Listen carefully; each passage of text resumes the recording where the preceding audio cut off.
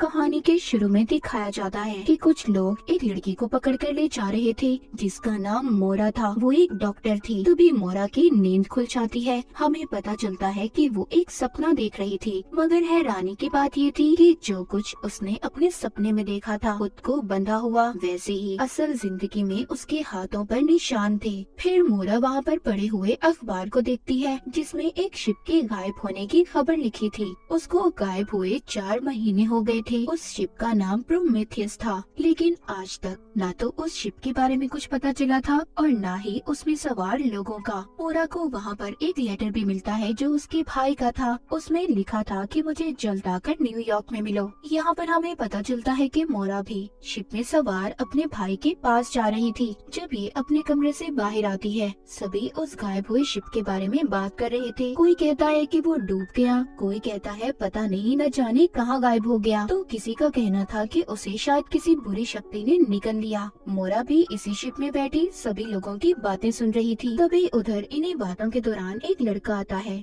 जो कहता है, प्लीज अगर यहाँ पर कोई डॉक्टर है तो मेरे साथ चले, मेरी बहन बहुत बीमार है। तभी उधर कुछ गार्ड आते हैं जो उस लड़के को पकड़कर साथ ले जाते हैं। दरअसल ये लड़का शिप के दूसरे हिस्से से आया था जहाँ पर सभी गरीब लोग थे और इनका इस हिस्से में आना मना था जहाँ पर सब अमीर लोग थे। तभी मोरा उस लड़के के पीछे पीछे जाती है और उनको कहती है कि मैं डॉक्टर हूँ। मोरा उसकी बहन का इलाज करती है। उसने उसको बचा लिया था। उस लड़के की बहन दरअसल माँ बनने वाली थी। तभी उसकी छोटी बहन मोरा के पास आती है और उसे कहती है, तुम्हारा शुक्रिया कि तुमने मेरी बहन की जान बचाई। मैं भी बड़ी होकर डॉक्टर बनना चाहती हूँ, सिर्फ तुम्हारी तरह। फिर इसी शिप में हम एक कपल को देखते हैं जो आपस में झगड़ा कर रहे थे क्योंकि उस लड़की के हस्बैंड को दौरे पड़ा करते थे और वो अपने हस्बैंड के साथ नहीं रहना चाहती थी। मोरा जब शिप के उस हिस्से में थी जहाँ पर सभी गरीब लोग थे तो अचानक से उसका दम घुटने लगता है और वो बाहर आ जाती है। शिप का कैप्टन उससे कहता है कि क्या तुम नहीं जानती यहाँ पर आना सख्ती से मना है। मोरा कहती है, नहीं मैं नहीं जानती, और ऐसा घटिया असूल किसने बनाया है कि हम गरीबों की मदद नहीं कर सकते।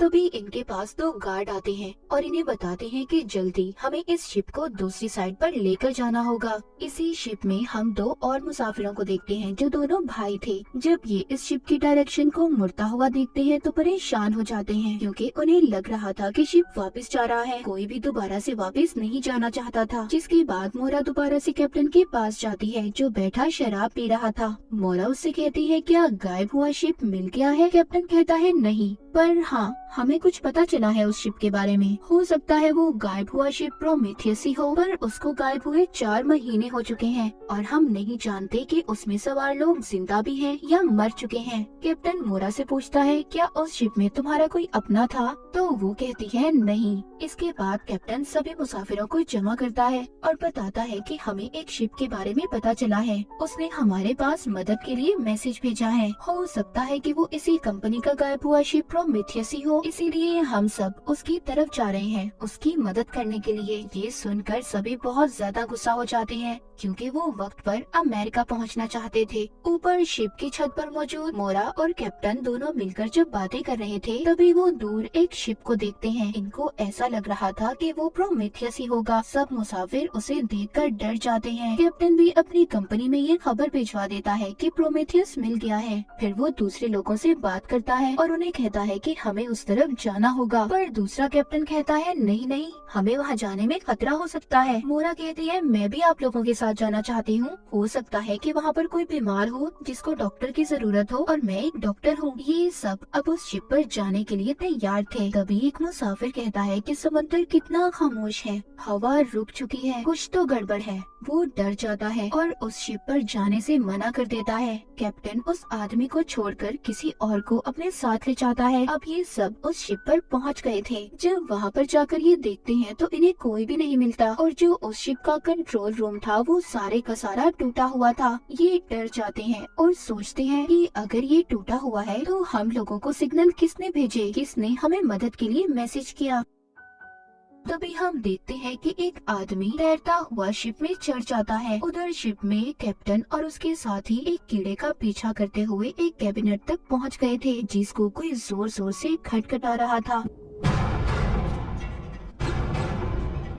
मोरा उस कैबिनेट को खोल देती है जिसमें से एक बच्चा निकलता है। ये सब के सब उसे देखकर हैरान हो गए थे। सब उससे सवाल करते हैं कि तुम कैसे जिंदा हो, बाकी सब लोग कहाँ पर हैं और तुम्हें यहाँ पर बंद किसने किया। पर वो बच्चा इनकी किसी भी बात का कोई भी जवाब नहीं दे रहा था। इनको पिरामिड जैसा एक ऑब्जेक्ट दिखाता है। अब खैर ये सब के सब उस बच्चे को लेकर दोबारा से अपने शिप पर आ गए थे। तभी एक आदमी कैप्टन के पास आता है और उसे कहता है कि कंपनी से मैसेज आया है कि अगर प्रोमेथियस शिप तुमको मिलता है तो उसको डुबा दो। ये सुनकर कैप्टन जब कंट्रोल रूम में जाता है तो वहाँ पर सभी कंपस ने चलना बंद कर दिया था। सभी लोग शिप में मौजूद बहुत ज्यादा परेशान थे। वो सोच रहे थे कि जितने भी मुसाफिर प्रोमेथियस पर थे वो कहाँ गए, कहाँ गायब हो गए और वो बच्चा वहाँ पर 4 महीने तक कैसे जिंदा रहा। सब के सब इन्हीं सोचों में गुम थे और जल्दी ये सब इस शिप से दूर जाना चाहते थे। मोरा जब अपने कमरे में थी तो वो उसी पिरामिड को देखती है जो उसको उस बच्चे ने दिया था,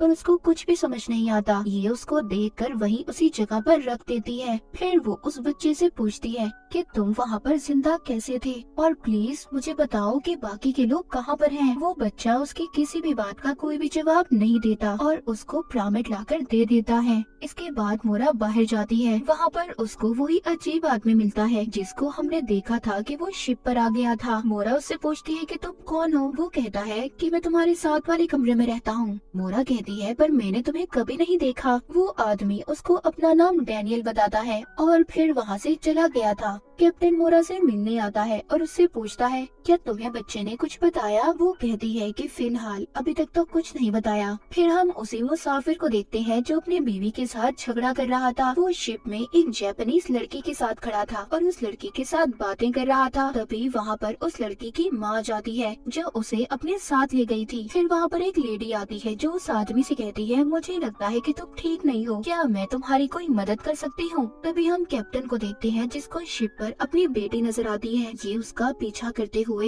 एक कमरे में पहुंच गया था जहां पर इसको अपनी बीवी और बेटियां नजर आती हैं जो इसका वहां पर इंतजार कर रही थी। और अचानक से वहां पर आग लग जाती है। कैप्टन दूर जाकर गिरता है। उसको वही कीड़ा नजर आता है जो उन्होंने प्रोमेथियस शिप पर देखा था। उसको वहाँ पर एक सीढ़ी भी दिखाई देती है जिस पर वो चढ़कर सीधा अपने कमरे में पहुँच गया था। फिर ये दोबारा से जब चेक करने जाता है तो नीचे कुछ भी नहीं था। चारों तरफ दीवारें थी। उधर मोरा कमरे में बैठी जब उस बच्चे से बातें कर रही थी तो वो उसकी गर्दन पर एक निशान देखती है। जब वो उस निशान को छूने लगती है तो बच्चा उसका हाथ पकड़ लेता है और उसको कहता है जो इतना कहकर वो वहाँ से चला जाता है। तभी उधर कमरे में कैप्टन आ जाता है जो उस बच्चे पर बहुत ज्यादा गुस्सा कर रहा था और उससे पूछता है बताओ तुम कौन हो और कहाँ से आए हो और उस शिप पर क्या हुआ था। मोरा कैप्टन को बाहर ले जाती है और उसे कहती है ये क्या कर रहे हो तुम। वो कैप्टन उससे कहता है कि कुछ तो गड़बड़ है। मुझे इस शिप पर अपनी बेटी दिखाई दी जो मर चुकी है। की बातें सुनकर वहाँ पर डैनियल भी आ गया था जिसके बाद कैप्टन वहाँ से चला जाता है। फिर हम एक आदमी को देखते हैं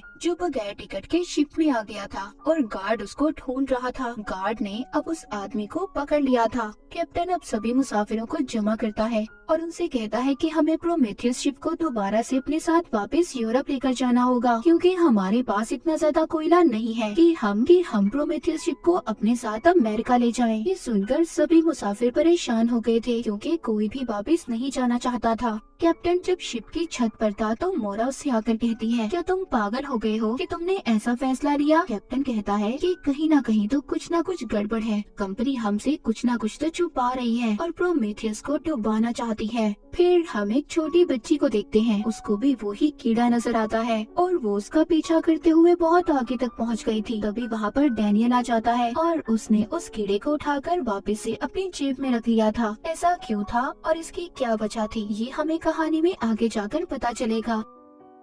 अगले पल कैप्टन के पास एक आदमी आता है जो उसको कैबिन में लेकर गया था जहाँ पर वो उसको वही छोटी मरी हुई बच्ची दिखाता है। ये उसी लड़के की छोटी बहन थी जिसको हमने कहानी के शुरू में देखा था जो किसी डॉक्टर को बुलाने आया था अपनी बहन की जान बचाने के लिए। फिर मोरा और एक डॉक्टर इस बात का पता लगाने की कोशिश करते हैं कि उस बच्चे को आखिर हुआ क्या था और वो कैसे मर गई, पर उन्हें इस बारे में कुछ भी पता नहीं चल रहा था। कैप्टन यहाँ पर सबको मना करते हैं कि कोई भी इस बच्चे बच्चे की मौत के बारे में किसी को कुछ भी नहीं बताएगा। तभी वो लोग देखते हैं कि इनका शिप रुक गया था। कैप्टन जब ऊपर जाकर देखता है तो चारों तरफ धुंध थी, बहुत ज्यादा धुआं था, आगे का रास्ता नजर नहीं आ रहा था और इनके कंपास ने भी काम करना बंद कर दिया था। कैप्टन यहाँ पर सबसे ये कहते हैं कि हम आगे नहीं जा पाएंगे जब तक हमें आगे जाने का रास्ता नजर नहीं आता। कैप्टन मोरा को अपने साथ लेकर जाता है और उसको एक रिबन दिखाता है जो उसको प्रोमेथियस शिप पर से मिला था। कहता है कि ये मेरी बेटी का है और जानती हो कि मेरी बेटी और बीवी आग लगने की वजह से मर गए थे। मोरा कहती है कि आप शायद पागल हो गई हैं और तभी ऐसी बातें कर रहे हैं, ऐसा कुछ भी नहीं है। कैप्टन मोरा को वो रास्ता भी दिखाता है और कहता है कि ऐसा रास्ता मैंने शिप में कभी नहीं देखा, हालांकि मैं शिप के कोने कोने को जानता हूँ। प्रोमेथियस पर कुछ तो गड़बड़ है, तुम्हें दोबारा से मेरे साथ जाना होगा, हमें पता करना होगा कि वो एक बच्चा ही उस शिप पर कैसे जिंदा था। उधर शिप पर जो बच्ची मर गई थी उसकी फैमिली बहुत ज्यादा परेशान थी और उसको हर तरफ ढूंढ रही थी। उधर कैप्टन भी दोबारा से प्रोमेथियस शिप पर जाने के लिए तैयार था, मगर सब उसको समझा रहे थे कि प्लीज ऐसा मत करे, वहाँ पर खतरा हो सकता है, पर वो किसी की भी नहीं सुनता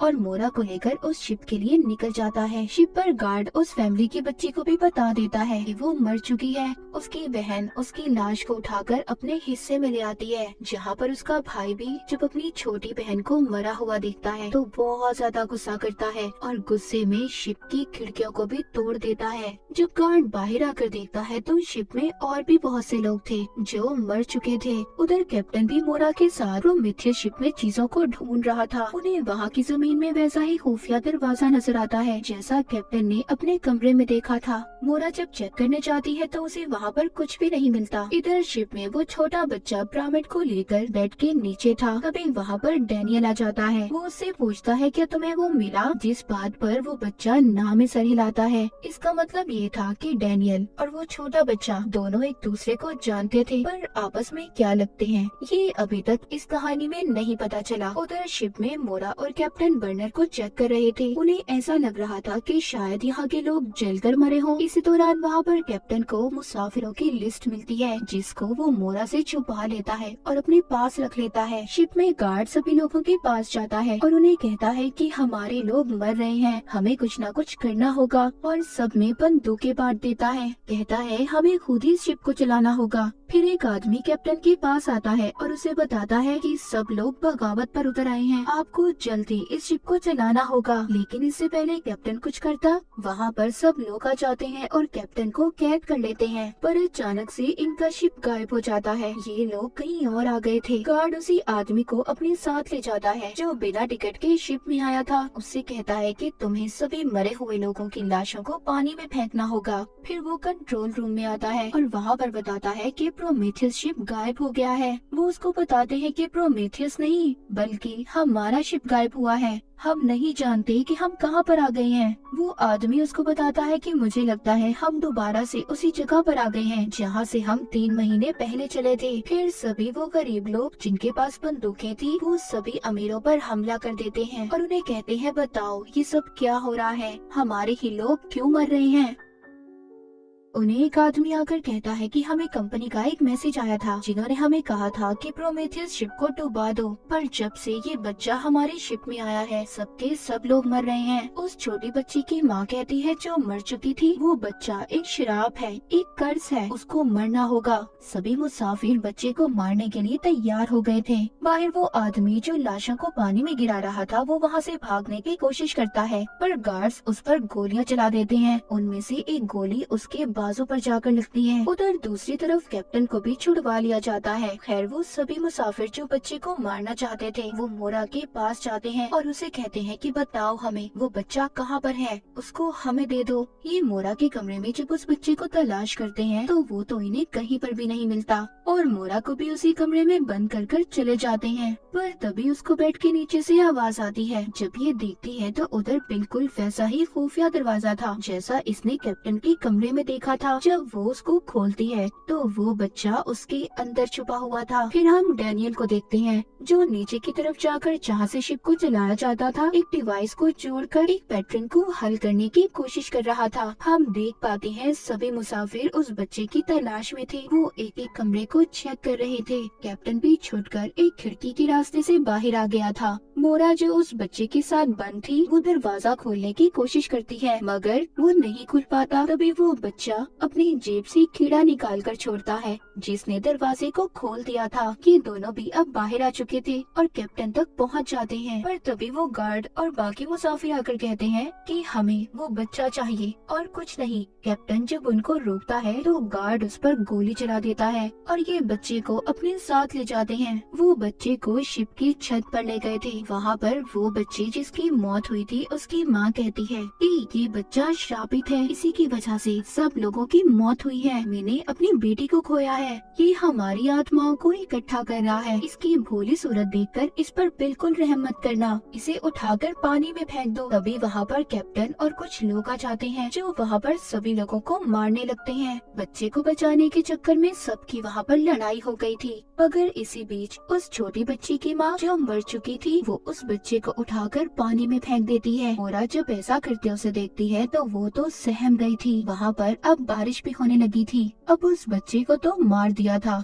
जब ये सब आकर नीचे बैठते हैं तो कैप्टन मोरा से कहता है आखिर सच क्या है, तुम्हें कुछ तो बताना ही होगा। मुझे प्रोमेथियस शिप पर से मुसाफिरों की लिस्ट मिली है जिसमें तुम्हारा नाम भी शामिल है। आखिर तुम हो कौन? तभी वहाँ कैबिनेट से एक रोशनी आती है। वो बच्चा जिसको समुद्र में फेंक दिया था एक बार फिर वैसे ही निकलता है जैसे वो प्रोमेथियस शिप पर से निकला था, लेकिन इस बार वो निकलकर मोरा को गले लगा लेता है। सभी मुसाफिर उसको देखकर हैरान थे। यहाँ पर क्या हो रहा था किसी को कुछ भी समझ नहीं आता। पहले तो सब उस बच्चे के बारे में जानना चाहते थे मगर अब सब मोरा के बारे में भी जानना चाहते थे कि आखिर वो कौन थी और उसका नाम प्रोमेथियस शिप के मुसाफिरों में कैसे था। अब यहाँ पर हम मोरा की पुरानी जिंदगी को देख पाते हैं जहाँ पर उसने मेंटल असाइलम के कपड़े पहने हुए थे। पर तभी उसको पकड़ लिया जाता है। वो एक आदमी से कह रही थी कि मैं जानती हूँ कि तुमने प्रोमेथियस और बाकी शिप के साथ क्या किया है। और ये वही सीन था जो हमने कहानी के शुरू में देखा था। फिर उसको कुछ लोग पकड़कर एक चेयर पर बिठाते हैं और उसके गले में इंजेक्शन लगाया जाता है। वो बेहोश हो गई थी मगर जब उसको होश आता है वो दोबारा से खुद को शिप में पाती है जहाँ पर अब शिप के सभी मुसाफिरों ने उस बच्चे को दोबारा से कैबिनेट में बंद कर दिया था। मोरा जब उस बच्चे को निकालने के लिए आगे बढ़ती है तभी एक मुसाफिर उस पर गोली चला देता है। डैनियल उसको बचाने के लिए आता है। उस वक्त सब कुछ रुक गया था। मोरा ने भी उस बच्चे को बाहर निकाल लिया था। जब वो उससे पूछती है कि क्या हुआ वो उसको कुछ भी नहीं बताता और उसको अपने साथ ले जाता है। लेकिन जिसके बाद सब कुछ ठीक हो गया था कैप्टन डैनियल को पकड़कर पूछता है कि आखिर सब चल क्या रहा है। मैंने तुम्हें खुद मोरा से बात करते हुए सुना है, क्या तुम दोनों मिले हुए हो? पर वहाँ पर वो लड़की कैप्टन को शांत होने का कहती है जिसकी छोटी बहन मर चुकी थी। लेकिन एकदम से वक्त रुक गया था। उनको घड़ी के चलने की जोर जोर से आवाज आती है। सब हिप्नोटाइज हो गए थे। देखते ही देखते शिप के सभी मुसाफिर शिप पर से पानी में कूदने लगते हैं। ये सब देखकर मोरा दोबारा से उस बच्चे से पूछती है सब क्या है और ये सब क्या चल रहा है। वो बच्चा उसको एक कागज पर लिख कर देता है कि खामोश हो जाओ, हमें कोई सुन रहा है।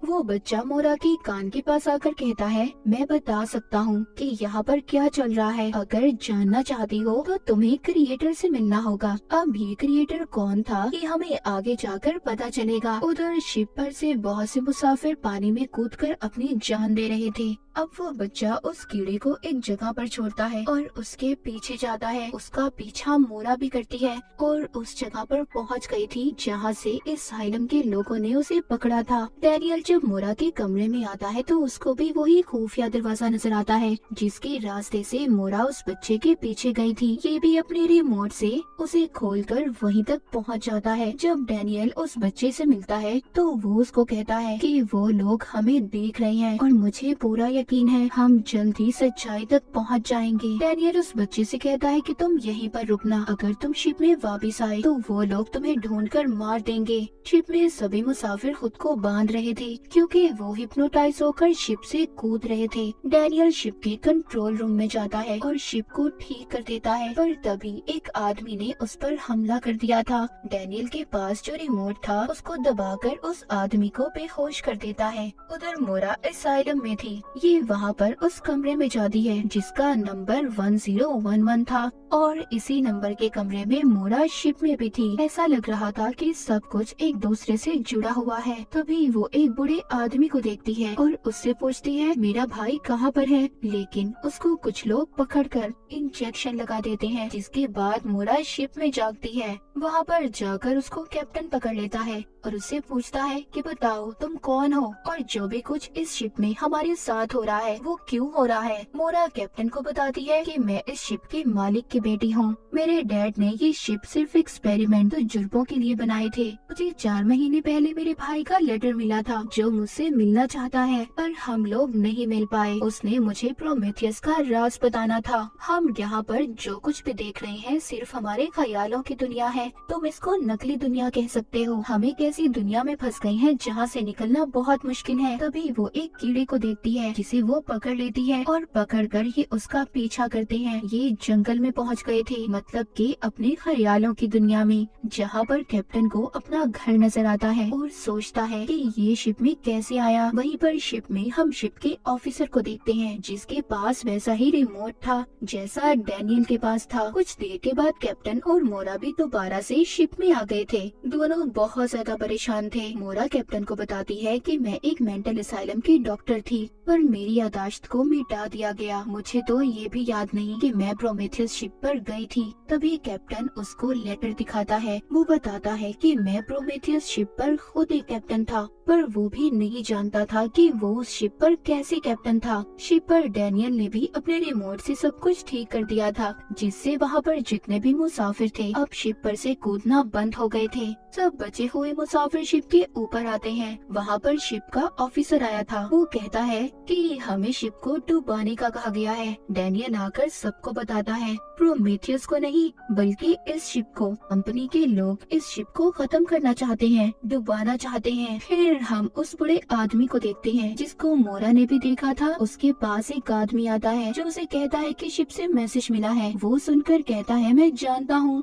वो जल्दी खत्म होने वाला है, डूबने वाला है। वो उस आदमी को उस बच्चे को अपने पास लाने का कहता है जो शिप पर था। फिर वो अपने कमरे में से पर्दा हटाता है। हम दूर एक बहुत बड़े पिरामिड को देखते हैं। उधर शिप में सब कुछ बदल रहा था। वहाँ पर काली रबड़ जैसी चीजें छत पर से निकल रही थी। दोबारा से मोरा और कैप्टन भी असाइलम में पहुँच गए थे। मोरा कैप्टन को बताती है ये असाइलम मेरे डैड ने मेरी मॉम की याद में बनाया था, क्योंकि वो सब कुछ आहिस्ता आहिस्ता भूल रही थी। मेरे डैड चाहते थे कि मेरी मॉम ठीक हो जाए। वो उनके दिमाग को पढ़ना चाहते थे। अभी आगे जाकर एक खिड़की को खोलते हैं तो इन्हें शिप का एक कोना नजर आता है। शिप में सब अपनी पुरानी जिंदगी को देख रहे थे।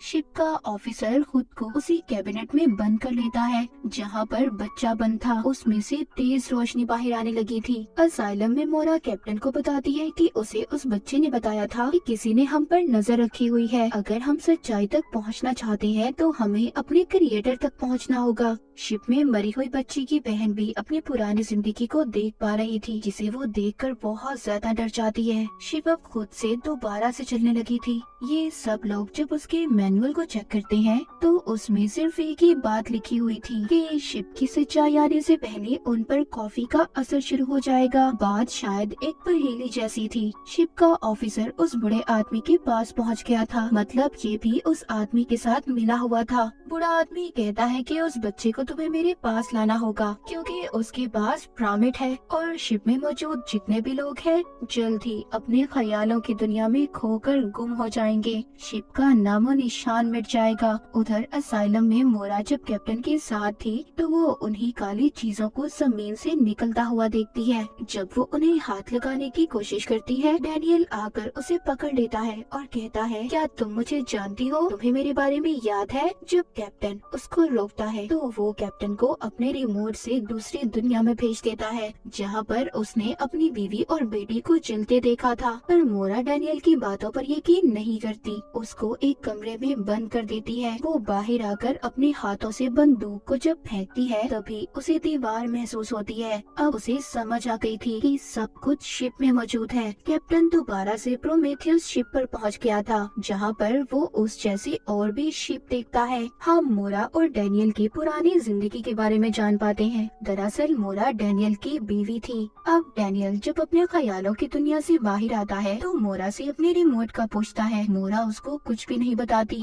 जब शिप में मोरा वापस से पहुंच गई थी, वो देखती है अब बहुत तेज तूफान आने वाला था। उधर शिप का ऑफिसर एक कमरे में जाकर डिवाइस को निकालता है और बच्चे और कैप्टन को ढूंढने की कोशिश करता है। मोरा भी डैनियल के कमरे में जाकर खुफिया दरवाजे से एक कमरे में पहुंच गई थी, जहां पर वो तस्वीरें देखती है जो डैनियल और छोटे बच्चे की थी। मतलब डैनियल उसका हस्बैंड था और छोटा बच्चा उसका बेटा। अब डैनियल ने भी दूसरी दुनिया में जाकर अपने बेटे को ढूंढ लिया था। उसका बेटा उसको एक अंगूठी देता है और कहता है कि अब वो जाग जाएगी। फिर डैनियल मोरा के पास आता है और उसे बताता है कि वो बच्चा हमारा बेटा है और जो भी कुछ तुम्हें नजर आ रहा है वो सब सच नहीं है, ये सिर्फ हमारे दिमाग की बनाई हुई एक दुनिया है, एक ख्याली दुनिया। तभी शिप में सायरन बजने लगते हैं। उधर बूढ़ा आदमी जो अब टाइम को देख रहा था, जिसमें 21 मिनट बाकी थे, मतलब ये ख्याली दुनिया सिर्फ 21 मिनट तक खत्म हो जाएगी। डैनियल मोरा को शिप में लाकर उसे बताता है कि हमारे ख्यालों की दुनिया को खत्म होने में सिर्फ 21 मिनट है,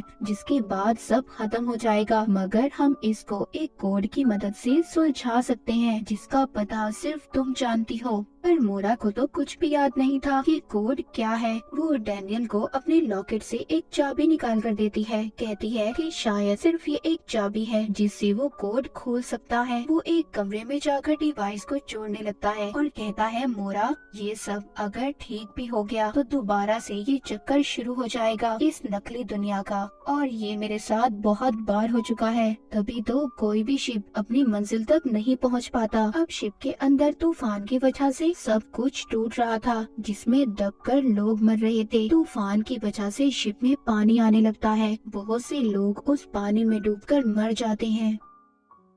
उधर बूढ़े आदमी के पास शिप का ऑफिसर आता है। उस बच्चे को लेकर एक माइक के जरिए वो बूढ़ा आदमी डैनियल और मोरा से बात करता है। कहता है कि अगर तुम अपने बेटे को बचाना चाहते हो तो तुम्हें मुझे वो चाबी देनी होगी जो तुम्हारे पास है। डैनियल सब मान जाता है और आने के लिए तैयार था। उस बूढ़े आदमी के पास वही पिरामिड था जिसको वो खोलता है। उसमें एक की होल था, उसी में वो चाबी लगनी थी। टाइमर में भी 10 सेकंड बाकी थे, मतलब वो शिप भी गायब होने वाला था। उसको भी उसी जगह पर भेजा जा रहा था जहाँ पर आज तक सभी शिप्स गायब हुए थे, यानी कि शिप के कब्रिस्तान में। शिप को भी सबके साथ खड़ा किया जा रहा था जो आज तक गायब हुए थे। सभी मुसाफिर शिप के ऊपर थे और सोच रहे थे कि उनके साथ क्या हो रहा है। कैप्टन अब दोबारा से शिप पर आ गया था और मोरा से पूछता है, ये सब क्यों, ऐसे क्यों है हमारे साथ? कोई भी नहीं जान पा रहा इसके पीछे राज क्या है। मोरा सबको बताती है कि मेरे डैड ने इस शिप को सिर्फ तजुर्बे के लिए बनाया था और आप सब लोग जो देख पा रहे हैं, महसूस कर रहे हैं, सब एक नकली दुनिया है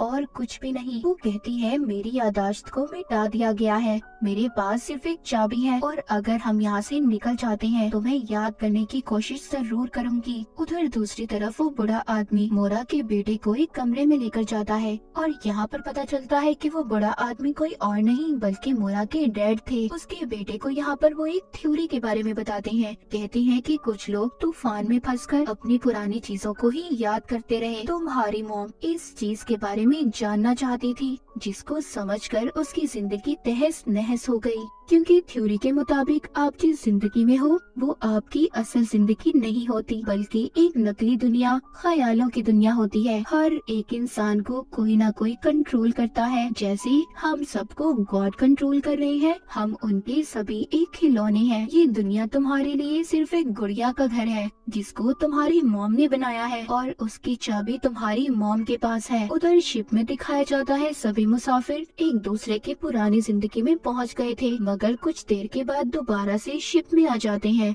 मोरा भी कैप्टन के साथ दोबारा से असाइलम में पहुंच गई थी, जहां पर शिप का ऑफिसर आकर कहता है, उससे चाबी मांगता है और फिर एक रिमोट का बटन दबाकर कैप्टन को बेहोश करके मोरा को अपने साथ ले जाता है। मोरा की मुलाकात वहां पर अपने डैड से होती है। वो उससे चाबी ले लेते हैं। तभी कमरा असाइलम में बदल जाता है। उसके डैड बताते हैं कि ये दुनिया तुमने बनाई है, इसकी क्रिएटर तुम हो। मोरा कहती है, नहीं, मैंने इसे नहीं बनाया। पर तभी उसको एक इंजेक्शन लगाकर बेहोश कर दिया जाता है। पर जैसे ही उसके डैड उस चाबी को पिरामिड में लगाते हैं तो वो असल दुनिया में नहीं जाग पाते, क्योंकि डैनियल ने इस सिमुलेशन को बदल दिया था। उसने इस नकली दुनिया के चक्कर को बदल दिया था। फिर मोरा को होश आता है। उसके सामने डैनियल था और उसके हाथ में एक अंगूठी। वो डैनियल से पूछती है, क्या मैं असल दुनिया में हूँ? सब कुछ असल है? वो कहता है, नहीं, ये हमारी बनाई हुई दुनिया है। जो तुम्हारे डैड के पास पिरामिड था